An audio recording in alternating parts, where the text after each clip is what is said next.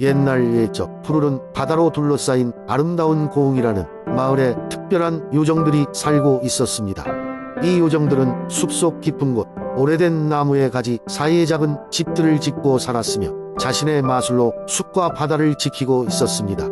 고흥에는 그 중에서도 특히 많이 알려진 나무 요정 솔비가 있었습니다. 솔비는 나무들과 깊은 교감을 나누며 나뭇잎의 언어, 바람의 속삭임을 들을 수 있는 재주가 있었죠. 언제나 활기차고 호기심이 많았던 솔비는 마을의 친구들과 숲을 탐험하며 자연의 비밀을 하나하나 알아갔습니다.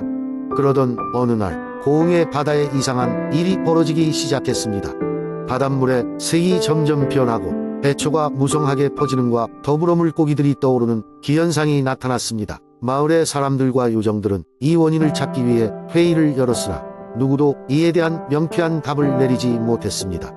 솔비는 이를 그냥 두고 볼 수가 없었습니다. 그리하여 그녀는 친구들을 모아 이 신비로운 변화를 조사하기로 했습니다. 그 친구들 중에는 바람의 요정 필, 물의 요정 은화, 그리고 불의 요정 루디가 있었습니다.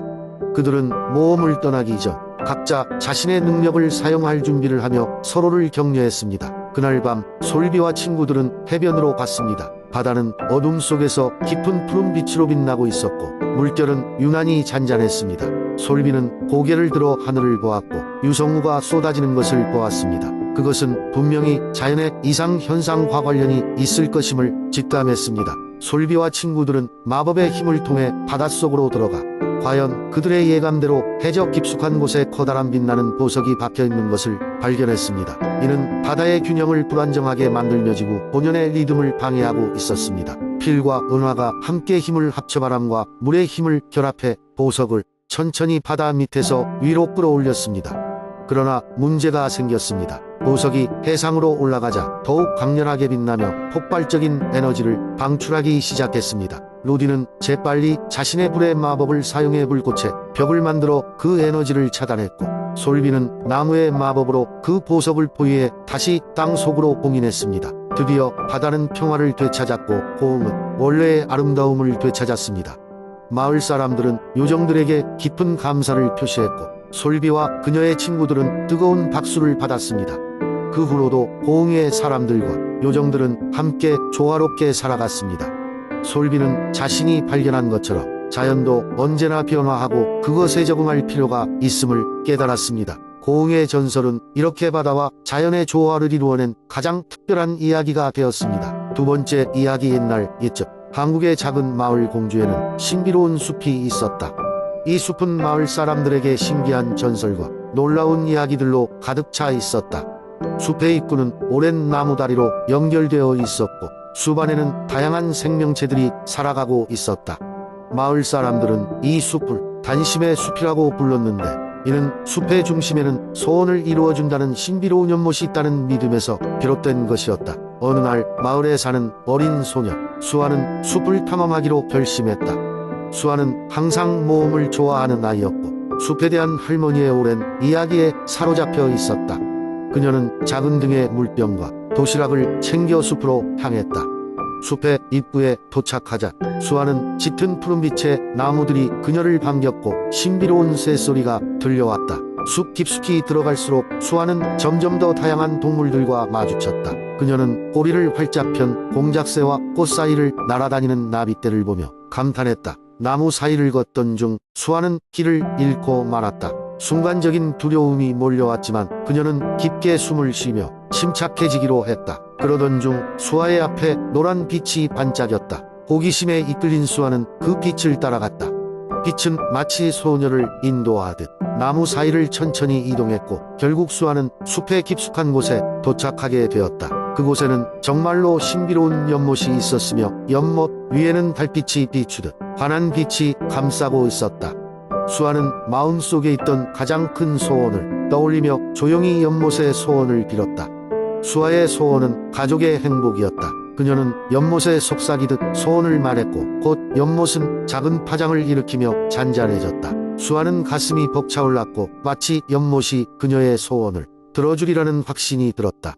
기분이 한결 가벼워진 수아는 이제 마을로 돌아갈 준비를 했다. 놀랍게도 처음 온 길이 아닌 다른 길이 그녀의 눈앞에 펼쳐졌고 그 길은 곧장 마을로 이어졌다. 마을에 돌아온 수아는 이런저런 모험을 할머니께 말했다. 할머니는 미소를 지으며 수아의 이야기를 들었고 수아가 무사히 돌아왔다고 안심했다. 그날 이후로도 수아는 간혹 숲을 찾아가곤 했다. 그녀는 숲을 둘러보며 새로운 이야기와 친구들을 만나가며 마을 사람들에게 전해질 이야기들을 하나둘 늘려나갔다. 공주의 단심의 숲은 그렇게 수아와 함께 더 많은 전설들을 만들어갔다. 세 번째 이야기. 오래전 통영의 고요한 바닷가 마을에는 연화라는 이름의 소녀가 살고 있었다. 연화는 그녀의 가족과 마을 사람들에게 특별한 축복을 받은 아이라 여겨졌다. 그녀는 바다와 자연의 소리를 들을 수 있는 능력을 가지고 있었기 때문이다. 연화는 아침이면 마을의 높은 언덕에 올라가서 저 멀리서 평화롭게 출렁거리는 바다를 바라보곤 했다. 그녀의 귀에는 파도 소리와 함께 오래된 전설들이 들려오곤 했다. 어느 날 마을에 큰 폭풍이 닥칠 것이라는 소문이 돌았다. 하늘은 검게 물들었고 바람은 점점 거세졌다. 마을 사람들은 다급하게 집 안으로 피신하며 문과 창문을 꼭 닫았다. 하지만 연화는 바람 속에서 들려오는 어떤 목소리에 이끌려 바닷가로 향했다. 그곳에서는 하얀 비늘의 용왕이 물결 가운데 서 있었다. 용왕은 연화에게 말했다. 오늘 밤 바다를 구해야 한다. 큰 폭풍이 몰아치고 바다는 혼란에 빠질 것이다. 연화는 겁먹지 않고 용왕의 말을 따르겠다고 결심했다. 밤이 찾아오자 폭풍은 거세게 몰아쳤고 파도는 마을을 덮칠 기세로 솟아올랐다. 연화는 용왕이 알려준 해초로 엮은 밧줄로 바다에 뛰어들었다. 그녀는 물속 깊숙이 들어가 용궁으로 향했다. 용궁은 폭풍에 휘말려 흔들리고 있었고 용왕은 연화에게 마법의 진주를 건넸다. 그 진주는 바다를 진정시키는 힘을 가진 보물이었다. 연화는 진주를 단단히 쥐고 용궁을 빠져나와 다시 수면 위로 올라왔다. 그녀가 물 위로 올라온 순간 진주는 은은한 빛을 발하며 바다를 순식간에 잔잔하게 만들었다. 마을 사람들은 이를 보고 놀라워하며 연화와 용왕의 기적에 감탄했다. 폭풍이 지나간 후 마을은 아무런 피해도 입지 않았고 연화는 마을의 영웅이 되었다. 그녀가 지닌 특별한 능력 덕분에 통영의 바다는 언제나 평화롭게 이어질 것이라는 전설이 생겨났다. 이후로도 연화는 계속해서 바다의 소리에 귀 기울이며 마을 사람들과 자연을 지켰고 그녀의 이야기는 통영 사람들 사이에 오랫동안 전해졌다. 이 전설은 바다가 우리에게 주는 소중한 자원과 그에 대한 감사의 마음을 일깨워주는 이야기로 남아있다. 네 번째 이야기. 오랜 옛날 강원도 인제에는 대자연의 아름다움을 품은 설월산이 있었다. 설월산은 사계절마다 다른 매력을 뽐내지만 겨울철이 되면 산 전체가 순백의 설원으로 뒤덮이며 신비로운 분위기를 자아냈다. 인근 마을의 사람들은 이곳을 하얀 신의 선물이라고 불렀었다. 전설에 따르면 오래전 이 산에는 눈의 신이라 불리는 존재가 거주하고 있었다. 눈의 신은 겨울이 시작될 때마다 인제를 방문해 그곳 사람들에게 풍요와 번영을 빌어주며 낮고 다감한 목소리로 강한 바람을 불러 함께 춤을 추었다. 그럴 때마다 설월산의 나무들은 눈빛으로 아름다운 빛을 발하며 서로의 춤에 동참했으며 산을 오르는 사람들은 그 모습에 심취하여 겨울의 즐거움을 만끽하곤 했다. 그러던 어느 해 마을의 청년 영수는 이상한 꿈을 꾸었다. 꿈속에서 눈의 신은 직접 영수에게 나타나 이렇게 말했다. 신성한 봄의 전령, 녹색의 빛이 깃들어야 할 여정이 다다랐다. 이 산의 중심에서 심장을 가진 나무 한 그루를 찾아가라. 그대의 손길로 나무를 어루만지며 이 산의 숨결을 느낀다면 그대는 나의 후예가 될 것이다. 꿈에서 깨어난 영수는 이를 의미 깊게 여겨 설월산으로 향했다. 겨울에 매서운 바람이 불고 있었지만 그는 의지를 놓치지 않고 등산을 계속했다.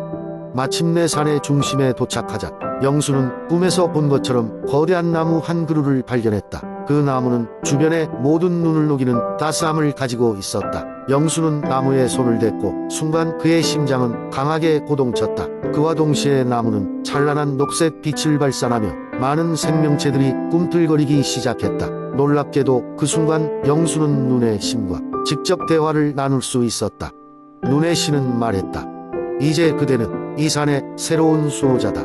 봄이 오면 이곳에 생명의 파동을 불어넣고 겨울에 다시 이곳을 찾아 나를 부름으로써 산의 균형을 잡아줄 것을 부탁하노라. 영수는 기이한 경험에 마을로 돌아와 사람들에게 이 모든 이야기를 전했다. 그들은 먼 옛날부터 내려온 전설이라며 놀라움을 금치 못했지만 영수의 황홀한 경험을 기념하면서 매 겨울이 오면 설월산에서 특별한 축제를 열기로 하였다. 이후로 영수는 마을 사람들과 함께 설월산에서 축제를 열었고 매년 겨울이 다가올 때마다 눈의신에게 감사의 춤을 바쳤다. 그렇게 인제의 설월산은 자연과 인간이 함께 어우러진 아름다운 신화로 남게 되었다. 다섯 번째, 이야기. 옛날 옛적 제주도에는 아름다운 자연과 함께 신비로운 전설들이 가득한 곳이었다. 그런데 그 중에서도 가장 유명한 전설은 바로 제주도의 바람과 검은 돌에 관한 이야기였다. 제주도는 본래 하늘나라의 잃어버린 조각이라 불리울 정도로 아름다운 섬이었다.